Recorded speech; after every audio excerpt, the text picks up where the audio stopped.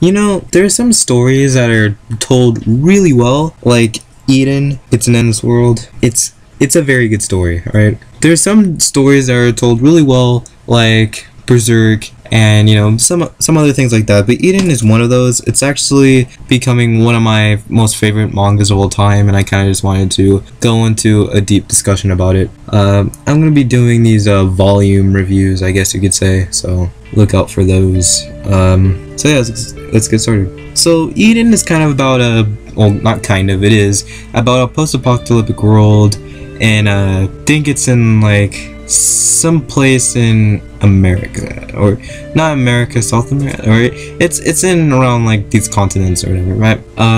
So anyways, there's this like plague that's going around that killed like 15% of the population of Earth, right?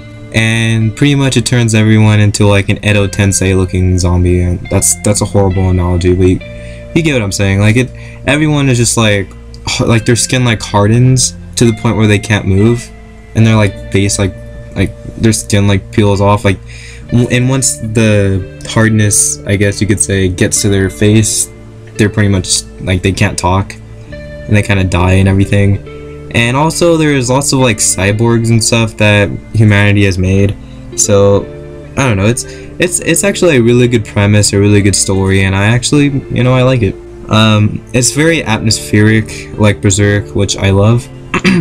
And yeah, it's just really awesome, really good story. So it kind of starts off with this brother and sister, and they have this mentor and stuff, and you know, there's a bunch of flashbacks and stuff. And I'm sorry if I don't get the story type, you know, the story right. I read the story like it was funny. I read the story actually like I think about a month ago, and then I just picked up volume 3 and 4. So you know, I'm like, okay, this is cool. I read the first volume, so I read the second volume online to catch up, so I could read it in physical form.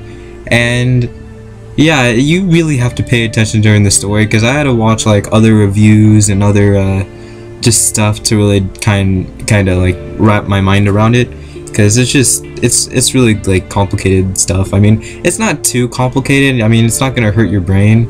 You know, it's not like DC continuity, but it could get up there. I mean, well, it can't really get up there, but it can get kind of confusing at some parts. Like for example, when they go into a flashback scene, usually in flashback scenes, they usually paint like around the comic panels, they usually paint that like black. But in this, they don't do that at all.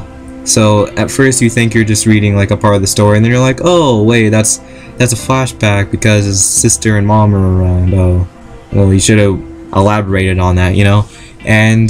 But overall, I mean, this is really good. So anyways, I get sidetracked a lot, so my bad. So I'll elaborate on this.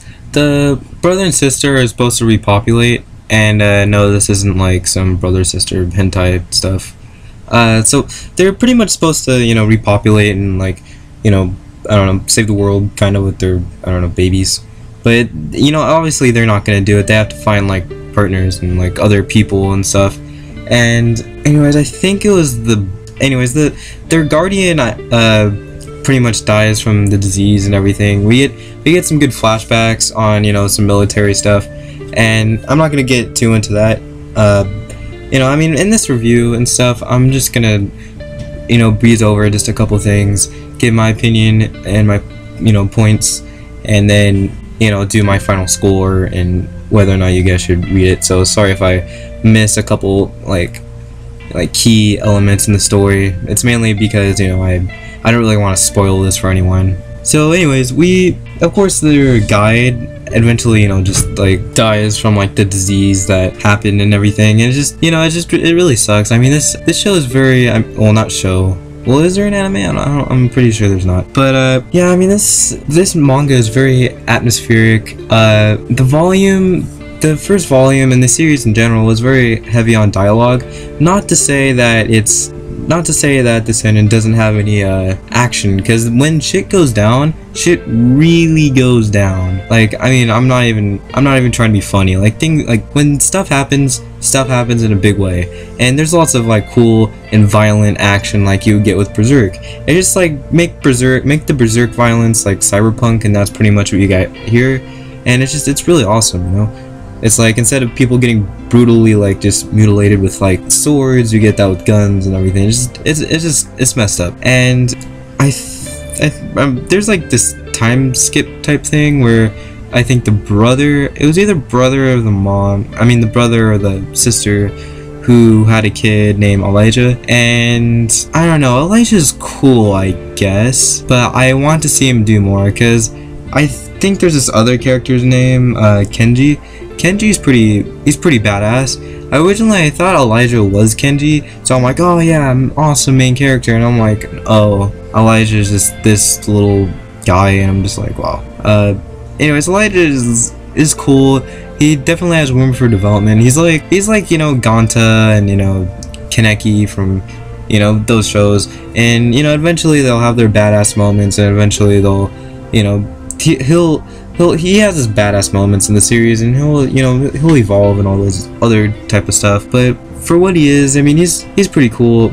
But yeah, he's the son of, I think, I'm pretty sure he's the son of the brother of the time skip and everything. His brother and no, I'm getting confused. Anyways, Elijah's dad, the brother and sister from before, you know, that time skip, whatever. Anyways, Elijah's dad is like this like drug lord type thing, I guess. Wait, was that elaborated in that volume? I don't think so. I'm getting onto volume 2 because I just finished volume 2, but anyways, I'm just gonna go with it anyways. His dad's a drug lord, and, you know, Elijah's mom and sister, Elijah's sister, not the original brother and sister, Elijah's sister and his mom, you know, got captured or whatever. So yes, of course he, you know, is on like a mission to like save her and stuff like that. It's really complicated and stuff, but, you know, that's his goal. That's not elaborated till volume 2 though, so whatever. I just saved myself some time for the next review. But I mean, volume 1, it's very interesting.